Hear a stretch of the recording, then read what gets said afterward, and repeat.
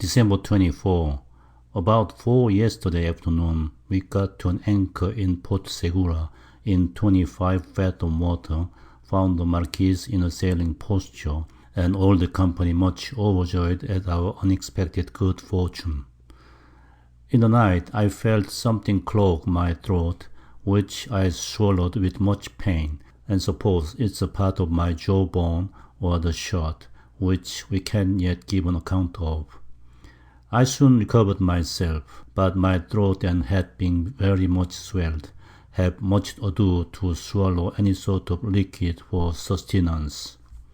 At 8 the committee met aboard us and agreed that the Duchess and Marquis should immediately go out and cruise 8 days for the other ship, being in the hopes she had not passed us. In the meantime we and the prize stay and refit, and dispatch the prisoners away in the bark, and if we could get security from the Guayaquil hostages for the payments of the remainder of the ransom, to let them go likewise. We lie landlocked from the east by north to the south-southeast, distant from the easternmost point about 4 miles, from the southernmost rock about half a mile, and near the same distance offshore. The committee we held resolved as follows. On board the Duke riding in Port Segura on the coast of California, December 24, 1709. Having information from the prisoners taken on board the prize the 22nd instant, bound from Manila to Acapulco, that they came out in company with another ship bound for the same port, from which they parted in latitude 35 north.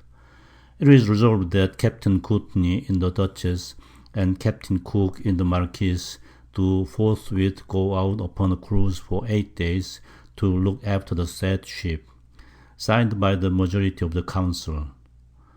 Captain Courtney, Cook, and the officers of the council would not agree that the Duke and Duchess should go out, as I desired, with most of the men belonging to the Marquis divided between them, in order to cruise for the biggest Acapulco ship, which we in hopes had not passed us, and by being thus well meant, might, if they meet a carrier, by a boarding at once, and that in the meantime the Marquis with a very small number of men might be sufficient to stay in the port and send off the bark with the prisoners.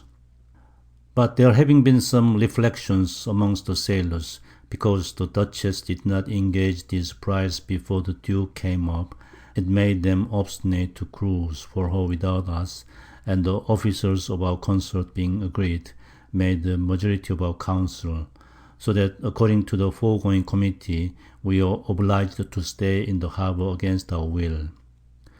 December 25. Last night the Duchess and Marquis went out.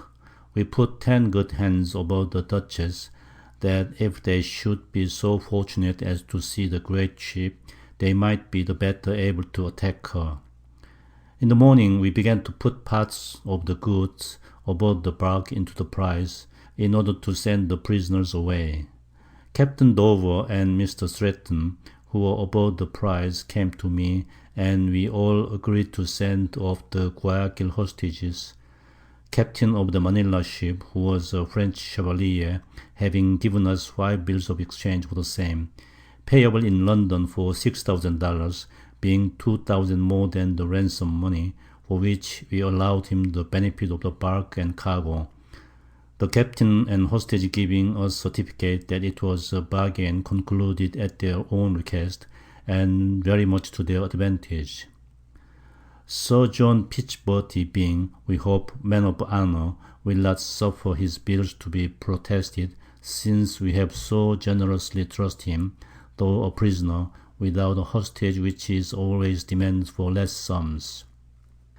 December 25.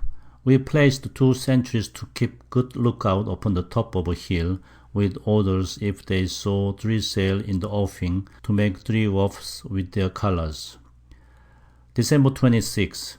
Yesterday afternoon the sentry made 3 wharfs, and we immediately sent the yawl to them, for better satisfaction, and found there were 3 sail out at sea, upon which we immediately put all the prisoners aboard the bark, taking away her sails, and fetched our men aboard, leaving only 22 hands belonging to us aboard the prize to help refit and look after her. The prisoners, who were about 170, being secured aboard our bark, without arms, rudder, sails, or boat, and moored near a mile from our prize, a few more of our men than was sufficient to give them victuals and drink, might have guarded them very safely. Yet, for the more security, we left a lieutenant of each ship and the above men well armed aboard our prize, and immediately weighed in order to go and assist our consort to attack the great ship, which then came in sight. Captain Dover thought fit to go on board the prize, and exchange posts with one of the lieutenants that guarded the prisoners, and sent him to us in his stead. I was in so weak a condition, and my head and throat so much swelled, that I yet spoke in great pain, and not loud enough to be heard at any distance, so that all the rest of the chief officers and our surgeons would have persuaded me to stay in the harbour in safety aboard our prize. We weighed our anchors and got under sail by 7 o'clock. We saw lights several times in the night, which we took to be our consort boats, making false fires. In the morning at daybreak, we saw 3 sail to windward of us, but were so far distant that we could not make which were our consort and which the chase, till about 9 o'clock, when we saw the Duchess and chase near together, and the Marquis standing to them with all the sail she could crowd. We made what sail we could, but were leeward of them 3 or 4 leagues, and having a scant wind, made little way. At noon they bore southeast of us, being right to windward about 3 leagues. In the afternoon we saw Marquis come up with the chase, and engage pretty briskly, but soon fell to leeward out of cannon shot, and lay a considerable time, which made us think she was some way or other disabled. I ordered the pinnace to be manned, and sent away to her, that if what we suspected proved true, and we had not wind to get up with them before night, our boat might dog the chase with the signals till the morning, that she might not escape us and the other ships. But before the boat could get up with them, the Marquis made a sail and come up with the chase, and both went to it again briskly for 4 glasses and upward. Then the ship which we took to be the Duchess stretched ahead to windward of the enemy, I suppose to fix her rigging or to stop her leaks. Meanwhile the other kept her in play till she bore down again, and each firing a broadside or 2 left off, because 'twas dark. They then bore south of us, which were right in the wind's eye, distant about 2 leagues. By midnight we were pretty well up with them, and our boat came aboard, having made false fires, which we answered.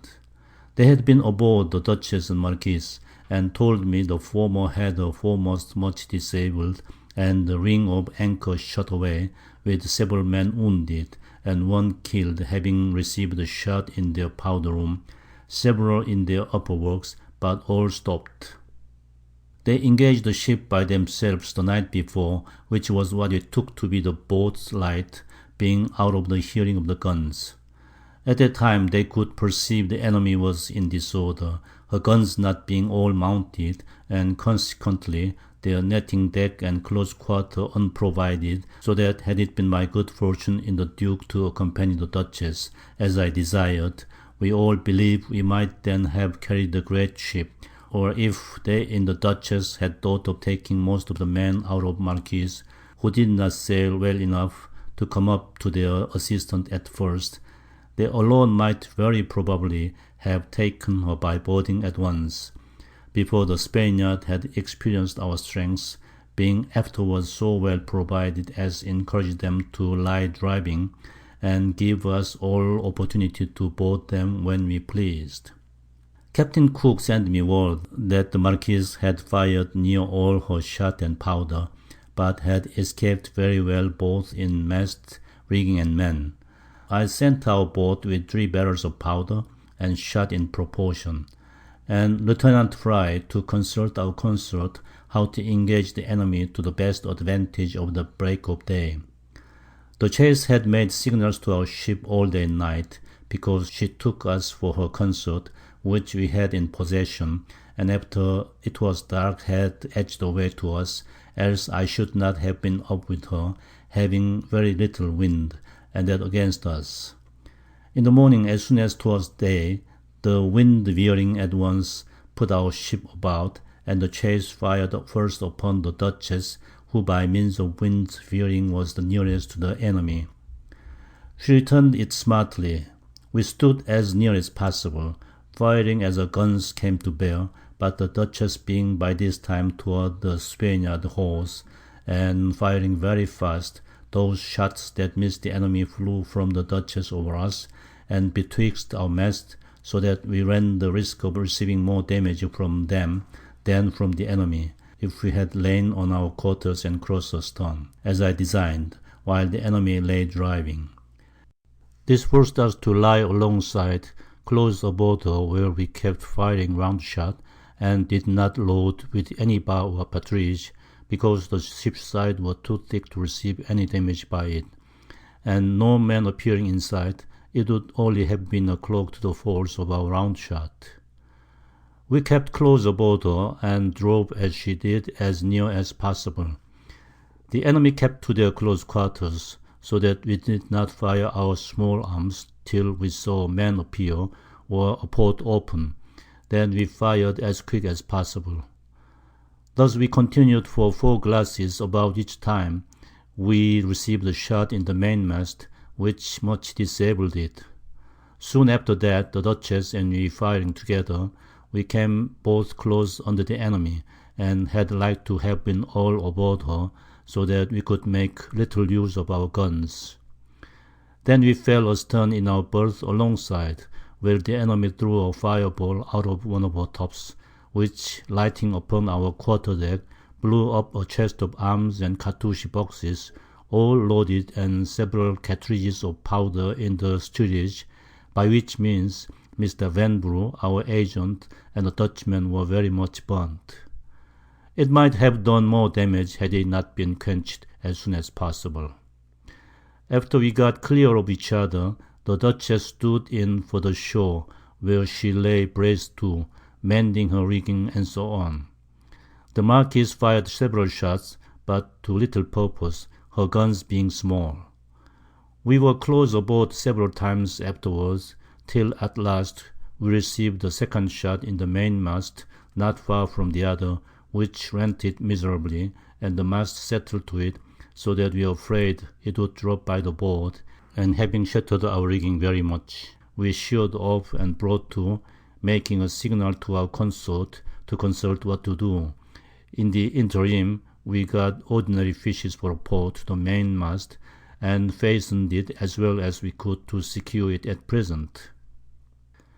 Captain Courtney and Captain Cook came aboard with other officers, where we considered the conditions the 3 ships were in, their mast and rigging being much damnified in a place where we could get no recruit, that, if we engaged again, we could propose to do no more than what we had already done, which was evidently her no great hurt, because we could perceive few of our shot enter the side to any purpose, and our small arms availed less, there being not a man to be seen above board, that the least thing in the world would bring our mainmast, and likewise the Dutchess foremast by the board, either of which by its fall might carry away another mast, and then we should lie a battery for the enemy, having nothing to command our ships with, so that by his heavy guns he might either sink or take us. That if we went aboard her, we should run a great hazard in losing a great many men, with little hopes of success, they having above treble the number aboard to oppose us, and there being now in all our 3 ships not above 120 good men fit for boarding, and those but weak, having been very short of provisions a long time, Besides, we had the disadvantage of netting deck to enter upon, and a ship every other way well provided. So that if we had boarded her, and been forced off, and left any of our men behind, the enemy by that means might have known our strength, and then gone into the harbour, and took possession of the prize in spite of all we could do to prevent it. Besides, our ammunition was very short, having only enough to engage a few glasses longer. All this being seriously considered, and knowing the difficulty we should have to get mast, and the time and provisions we must spend before we could get them fitted, it was resolved to forbear attempting her further, since our battering her signified little, and we had not strength enough to board her. Therefore we agreed to keep her company till night, then to lose her, and make the best of our way into the harbour, to secure the prize we had already took. We engaged first and last about 6 or 7 hours, during all which time we had aboard the Duke but 11 men wounded, 3 of whom were scorched with gunpowder. I was again unfortunately wounded in the left foot with a splinter just before we blew up on the quarter-deck, so that I could not stand, but lay on my back in a great deal of misery, part of my heel bone being struck out, and all under my ankle cut above half through, which bled very much, and weakened me, before it could be dressed and stopped. The Duchess had about 20 men killed and wounded. 3 of the latter and 1 of the former were my men. The Marquis had none killed or wounded, but 2 scorched with powder. The enemy's was a brave, lofty new ship, the Admiral of Manila, and this the first voyage she had made. She was called the Begonia, of about 900 tons, and could carry 60 guns, about 40 of which were mounted, with as many pateroros, all brass. Her complement of men on board, as we are informed, was about 450, beside passengers. They added that 150 of the men on board this great ship were Europeans, several of whom had been formerly pirates, and having now got all their wealth aboard, were resolved to defend it to the last. The gunner, who had a good post in Manila, was an expert man, and had provided the ship extraordinarily well for defence, which made them fight so desperately. They had filled up all between the guns with bales to secure the men. She kept a Spanish flag at her maintop masthead all the time she fought us. We shattered her sails and rigging very much, shot her mizzen yard, killed 2 men out of her tops, which was all the damage we could see we did them, though we could not place less than 500 shot, 6-pounders, in her hull. These large ships were built at Manila with excellent timber, that will not splinter.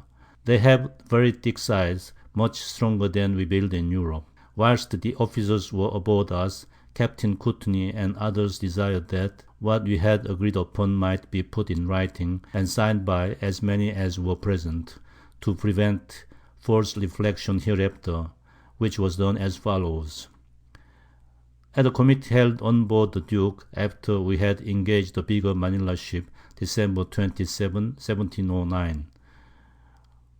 We, having considered the condition of all our 3 ships, and that our master much damnified in engaging the Manila ship, do think it for the interest of whole to forbear any further attempts upon her, having no probability of taking her, but to do our endeavours to secure the prize we have already took, which will be much more for the honour and interest of ourselves and country. This is our opinion, in witness whereof we have set our hands, the day and year above written.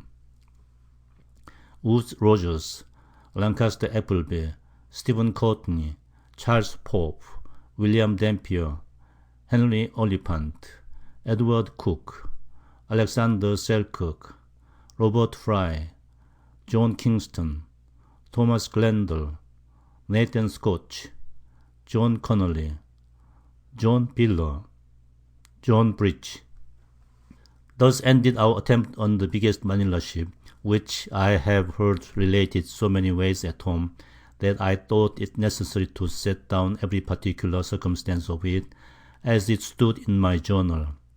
Had we been together at first and boarded her, we might probably have taken this great prize, but after the enemy had fixed the netting deck and close quarters, they valued us very little.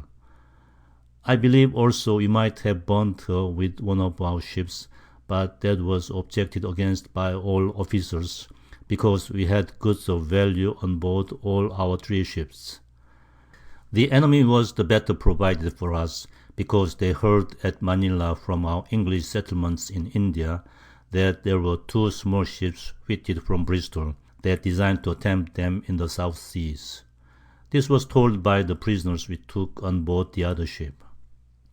When I proposed parting companies at the Tres Marias and to cruise for the Acapulco, ship from Manila with our ship and bark at one station, and the Duchess and Marquis at another, we then expected but 1 ship from Manila, and she not so well provided as the least ship now was, though as we found it, we might probably have been better asunder, for then I make little question, but we should have got some recruit of provisions, and consequently our men had been stronger and better in hearts to have boarded this great ship at once, before they had been so well provided.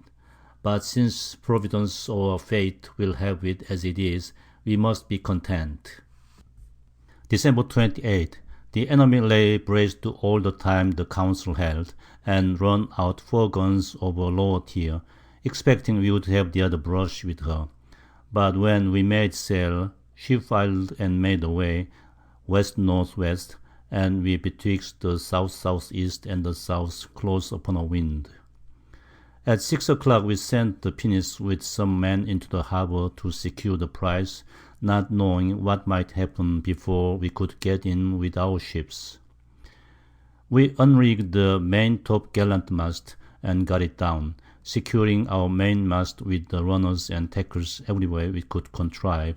Had little wind all the afternoon and night, but this morning a fresh breeze sprung up at east-southeast, and soon after we saw nothing more of the great ship. January 1st, after we arrived again at Port Segura, we dispatched the prisoners away in the bark, and likewise the Guayaquil hostages. Having got security for the money as aforesaid, we supplied them with water and provisions enough to carry them to Acapulco, and gave Captain Pitchbotty and his chief officers with the padre their clothes, instruments, books, and so on, so that they parted very friendly, and acknowledged we had been very civil to them, of which they desired me to accept the following testimony.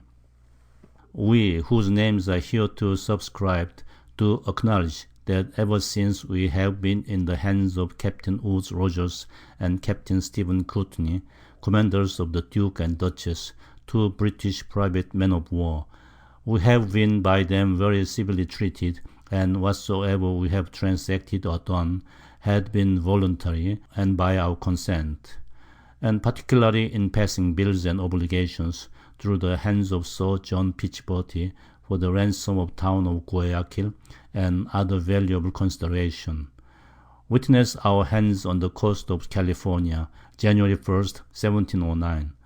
Don John Pitchbotty, Manuel de Punta, Don Antonio Gutera, Manuel Emanes. I wrote a letter to my owners to acquaint them with our good success, but could not be so full as I would, because I sent it by the hand of an enemy. We spent our time till the 7th in refitting, wooding, and watering, and were very glad to find as much bread on board the prize as we hoped might, with what we had left of our old store, make enough to subsist us in our next long run. Captain Courtney and his officers, with those on board the Marquis, are too willing to compliment Captain Dover with chief command of the prize, which till now I thought he would not have accepted, his post already being above a commander of any of our prizes. But I and my officers are against it, because we believed Captain Fry or others are fitter persons to take charge of her, which we insisted on, and Captains Courtney and Cook came to me, where they agreed to a paper that was drawn up while we were all together, in such a manner as I thought would have satisfied everyone. Captain Courtney carried this agreement to Captain Dover to sign it, not doubting but all would be content with what we have concluded.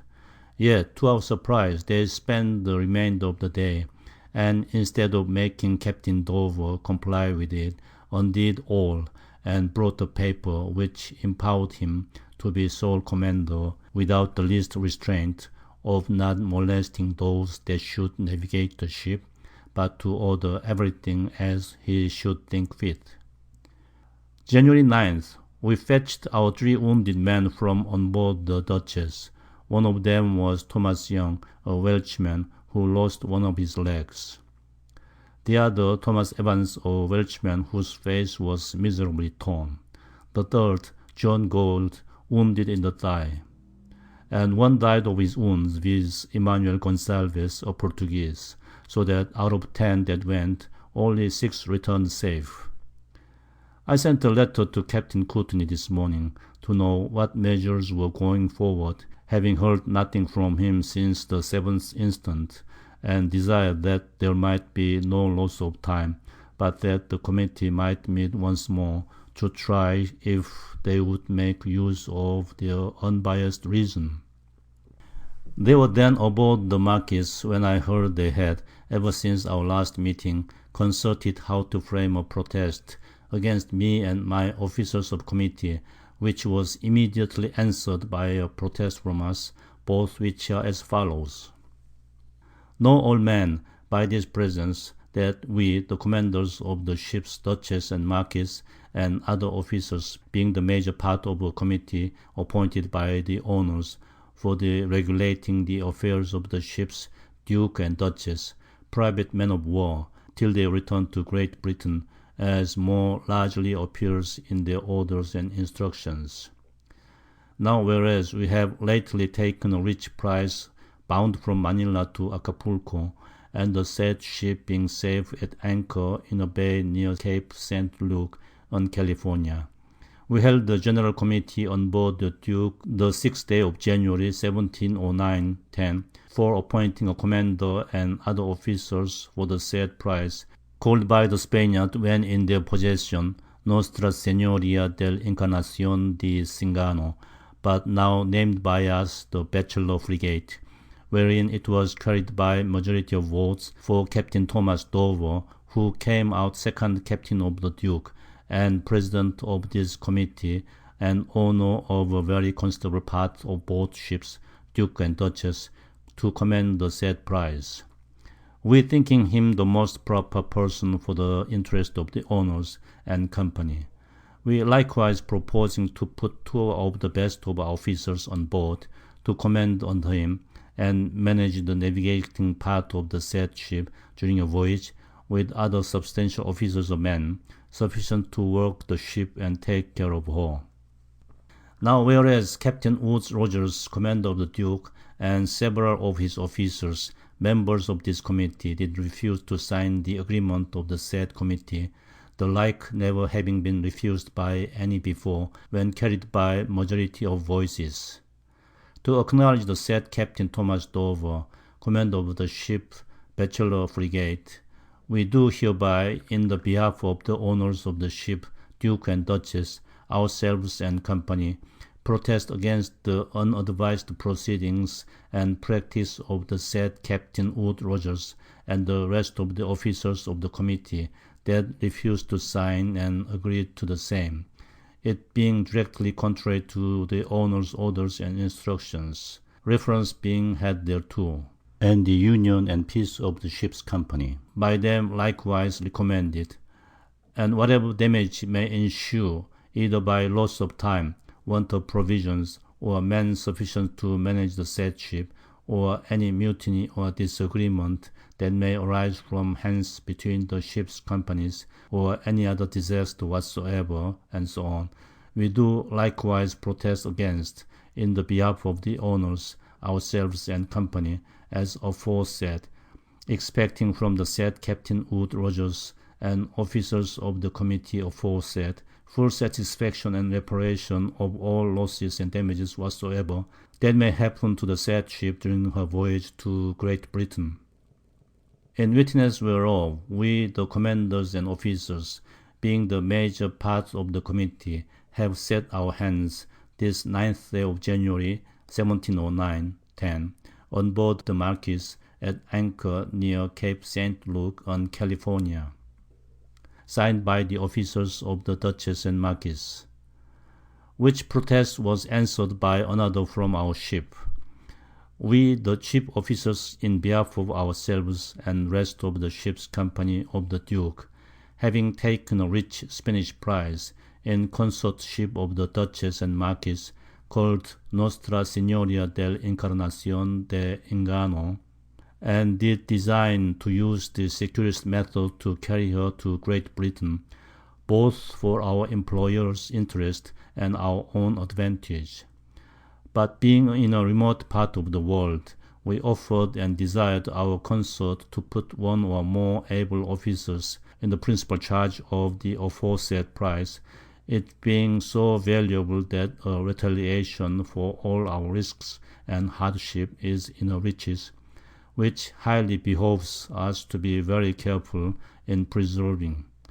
But against all our ship's company's consent, though we are so nearly concerned, our said consort officers, Captain Stephen Courtney, Captain Edward Cook, Captain William Dampier, Mr. William Stratton, Mr. Charles Pope, Mr. John Connolly, Mr. George Milburn, Mr. Robert Norman, Mr. John Bartlett, have signed an instrument and combined together to put Captain T. Dover in command of the said ship. We therefore, being inclined to peace and quietness aboard, and not to use any violence to remove the said Captain Dover out of the aforesaid first command, although he is utterly incapable of the office, do hereby publicly protest against the aforesaid commander, and every one of those that have already or shall hereafter combine to place him in. The ship now being in a safety, we declare against all damages that may arise or accrue to the said ship or cargo under his command, and that the aforesaid combiners, who have put the care of the said ship under an incapable command, we expect are accountable and liable to us for all damages that may happen. This is our public protest. Witness our hands aboard the said ship Duke, riding at anchor in the port of California, the 9th of January, 1709-10, signed by the officers of the Duke. It was our great unhappiness, after taking a rich prize, to have a paper war amongst ourselves. I am sorry to trouble the reader with this dispute, which continued for 2 days about a proper commander for this prize, because it highly concerned us to take the utmost precautions for our safety, having a long run through a dangerous unknown passage into the East Indies, and most of the recompense for our great risk and hardship lay in our riches.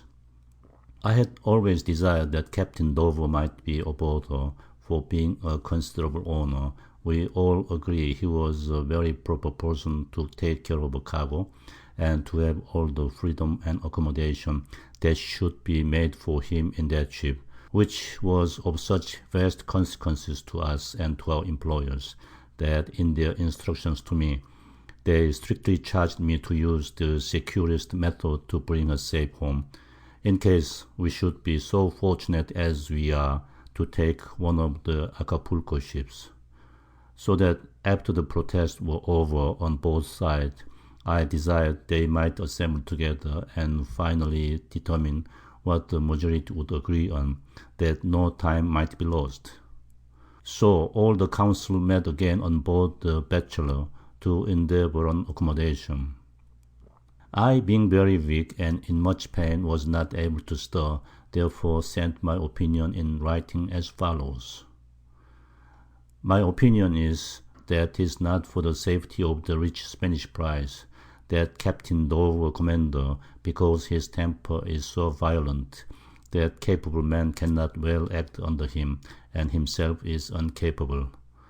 Our owner directed me to use the securest method to bring the ship home, if we should have the good fortune to take her, and 'tis not so, if an ignorant person have the command.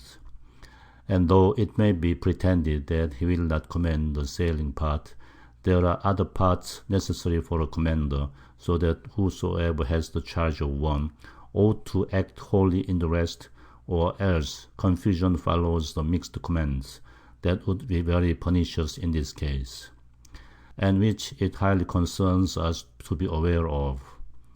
I am content and desired Captain Dover might be aboard, and have power to take care of the cargo, and all the liberty and freedom in her he can in reason otherwise desire, and that none may have the like power on board the prize but himself. This is my opinion. January 9, 1709, 10. Woodes Rogers. This dispute is against my desire already put in print, from the public notes of the voyage, otherwise I have left it wholly out of my journal, as I had done several other of our differences, being unwilling to trouble the reader with the contest that too often happened in the government of our sailing commonwealths. After a long debate, they voted Mr. Fry and Mr. Stratton both to act in equal post to take charge of the navigating the ship, though under Captain Dover, but they were to be no ways molested, hindered, nor contradicted in their business by him, whose duty it was to see that nothing should be done contrary to the interest of the owners and ship's companies, in nature of an agent, almost in the same manner I proposed at first, only he had the title of chief captain in that ship, which was so small a difference, where titles are so common, that we all consented to it. And at the same time they chose officers, agreeing that we should put 30 men aboard her, the Duchess 25, and the Marquis 13, which with 36 Manila Indians, called Lascars, and other prisoners we have left, her complement will be about 110 men. The majority keeping to their first agreement, I was obliged to come into it, according to my instructions from our owners, so that all our differences about this affair were at an end, and we drank to our safe arrival in Great Britain. The council agreed as follows. At a council held on board the Bachelor frigate, at anchor in Port Segura on California, January 10, 1709, 10. It is agreed by the majority of this council that Captain Robert Fry and Captain William Stratton shall both act in equal post in the sole navigating, sailing, and engaging, if occasion should be, under Captain Thomas Dover, on board the Bachelor frigate, and that the said Captain Thomas Dover shall not molest, hinder, or contradict them in their business. And we do appoint Alexander Selkirk, master; Joseph Smith, chief mate; Benjamin Parsons, second mate; Charles May, surgeon; John Jones, carpenter; Robert Hollinsby, boatswain; Richard Beekhouse, gunner; Pierce Bray, cooper; James Stratton and Richard Hickman, midshipmen; Dennis Redding, steward; and all other inferior officers, as the commander shall think fit. Signed by the majority of our council. In the morning we put 35 good hands aboard her. The Duchess and Marquis put no more than their share. Meanwhile Captains Courtney and Cook, and 2 or 3 more of the committee came to me, where we signed the paper for Captain Dover and 2 commanders, recommending peace and tranquillity amongst them, and that in case of separation, the place of rendezvous was to be Guam, one of the Ladrones Islands, where we designed to touch at, God willing, to get provisions. Everything being thus settled, and all in readiness to sail, before I proceed with the relations of our voyage from hence, I shall give an account of California. California described. It is not yet certainly known whether it be an island or joins to the continent, nor did our time or circumstances allow us to attempt the discovery. I heard from Spaniards that some of their nation had sailed as far up betwixt California and the Main as latitude 42 north, where meeting with shoal water and abundance of islands, they durst not venture any further. So that if this be true, in all probability it joins the continent a little further to the northward, for shoal water and islands is a general sign of being near some mainland. But the Spaniards, having more territories in this part of the world than they know how to manage, they are not curious of further discoveries. The Manila ships bound to Acapulco often make this coast in the latitude of 40 north, and I never heard of any that discovered it farther to the northward. Some would direct make it to join to the land of Hesso, but all this being yet undetermined, I shall not take upon me to affirm whether it's an island or joins to the continent. The Dutch say they formerly took a Spanish vessel in those seas, which had sailed round California, and found it to be an island, but this account can't be depended on, and I choose to believe it joins to the continent. There is no certain account of its shape or bigness, and having seen so little of it, I shall refer the reader to our common draft for its situation. What I can say of it from my own knowledge is that the land where we were is for the most part mountainous, barren and sandy, and had nothing but a few shrubs and bushes, which produce fruits and berries of several sorts. Our men who went in our bark to view the country about 15 leagues to the northward say it was there covered with tall trees. The Spaniards tell us of several good harbors in this country, but we found none of them near this cape. We frequently saw smoke in several places, which makes us believe the inhabitants are pretty numerous. The bay where we rode had but very indifferent anchoring ground in deep water, and is the worst recruiting place we met with since I came out. The wind at this time of the year generally blowing overland, make it good riding on the starboard side of the bay, where we ride on the bank that has from 10 to 25 fathom water, but the rest of that bay is very deep, and near the rocks on the larboard side going in there is no ground. During the time of our stay, the air was serene, pleasant, and healthful, and we had no strong gales of wind, very little rain, but great dews fell by night, when 'twas very cold. The natives we saw here were about 300. They had large limbs, were straight, tall, and of a much blacker complexion than any other people that I had seen in the South Seas. Their hair long, black and straight, which hung down to their thighs.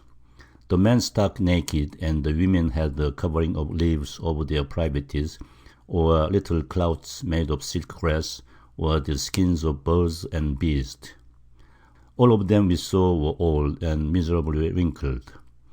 We supposed they were afraid to let any of their young ones come near us, but needed not, for besides the good order we kept among our men in that respect, if we may judge by what we saw, they could not be very tempting. The language of the natives was as unpleasant to us as their aspect, for it was very harsh and broad, and they pronounced it so much in the throat, as if their words had been ready to choke them. I designed to have brought 2 of them away with me, in order to have had some account of the country, when they had learned so much of our language as to enable them to give it, but being short of provisions, I durst not venture it. Some of them wear pearls around their arms and necks, having first notched it round, and fastened it with a string of silk grass, for I suppose they knew not how to bore them. The pearls were mixed with little red berries, sticks, and bits of shells, which they looked upon to be so fine an ornament, that though we had the glass beads of several colours and other toys, they would accept none of them. They coveted nothing we had but knives and other cutting instruments, and were so honest that they did not meddle with our coopers or carpenters' tools, so that whatever was left ashore at night, we found it untouched in the morning. We saw nothing like European furniture or utensils among them. Their huts were very low and made of branches of trees and reeds, but not sufficiently covered to keep out rain. They had nothing like gardens or provisions about them. They subsisted chiefly on fish while we were here, which, with the miserableness of their huts, they seemed only to be made for a time, made us conclude they had no fixed habitation here, whatever they may have elsewhere, and that this was their fishing season. We saw no nets or hooks, but wooden instruments with which they strike the fish very dexterously, and dive to admiration.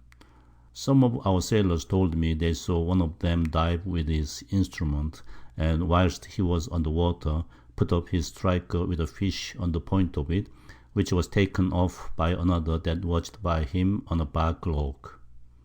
The reader may believe of this what he pleases, but I give it the more credit because I myself threw some rusty knives overboard, on purpose to try those divers who seldom missed catching a knife before it could sink about 3 or 4 fathoms, which I took to be an extraordinary proof of their agility. Instead of bread, they used a little black seed, which they ground with stones, and eat by handfuls. Some of our men thicken their broth with it, and say it tastes somewhat like coffee. They have some roots that eat like yam, a sort of seeds that grow in cuts, and taste like green peas, a berry which resembles those of ivy, and being dried at the fire, eats like parched peas. They have another like a large currant, with a white tarnished pulp, a stone, and a kernel. This sort of fruits they seem to value very much. They have also a fruit which grows on the prickle pear tree, taste like gooseberry, and make good sauce. They have many other seeds and plants unknown to us, but I was not in a condition to view or describe them. They seem to have a season of hunting by the skin of deer, and so on, we saw among them. They paid a sort of respect to one man whose head was adorned with feathers made up in the form of cap. In other respects they seemed to have all things in common, for when they exchanged fish with us for old knives, of which we had plenty, they gave the knives to any that stood next, and after they had enough, we could get no fish from them. They appeared to be very idle, and seemed to look after no more than a present subsistence. They stood and looked upon our men very attentively, while they cut wood and filled water, but did not care to lend us a hand at either, and indeed to do anything that required hard labor. Their arms are bows and arrows with which they can shoot birds flying. Their bows are about 7 foot long, and of a tough pliant wood unknown to us, with strings of silk grass. Their arrows about 4.5 feet, made of cane, and pointed with fish bones that they shave for the purpose. Most of their knives and other cutting instruments are made of shark teeth. I saw 2 or 3 large pearls in their necklaces and bracelets, and the Spaniard told me they had a store of them from the inner part of the Gulf of California, where they had missionaries planted among them. Our men told me they saw heavy shining stones ashore, which looked as if they came from some mineral, but they did not inform me of this till we were at sea. Otherwise I would have brought some of them to try what metal could be extracted out of them. The Spaniard likewise informed me that the country in general within, on mainland of Mexico, is pleasant and fruitful, and abounds with cattle and provisions of all sorts. The natives grew very familiar with us, and came frequently aboard to view our ships, which they mightily admired. We saw no boats or canoes among them, nor any other sailing craft, but bark logs, which they steered with paddles at each end. We gave one of the natives a shirt, but he soon tore it in pieces, and gave it to the rest of his company to put the seeds in which they used for bread. We saw no utensils for cookery about them, nor do I suppose they have any, for they bury their fish in a heap of sand, and make a fire over it, till they think it fit for eating. There were all the fishes usual in those seas to be found in the bay. The fresh water here is good, and they have abundance of samphire. They make a fire in the middle of their huts, which are very low and smoky. We saw no extraordinary birds here. I am told by our people that have been ashore that they get fire by rubbing two dry sticks against each other, as customary among the wild Indians. The entrance into the harbor may be known by four high rocks, which look like the needles at the Isle of Wight, as you come from the westward, the two westernmost in form of sugar loaves. The innermost has an arch like a bridge, through which the sea makes its way. You must leave the outermost rock about the cable's length on the larboard side, and steer into the deepest part of the bay, being all bold, where you may anchor from 10 fathom to 20 or 25 fathom water. Here you ride landlocked from east by north, back to the southeast by south. Yet it is but an ordinary road, if the wind should come strong out of the sea, which it never did while we lay there.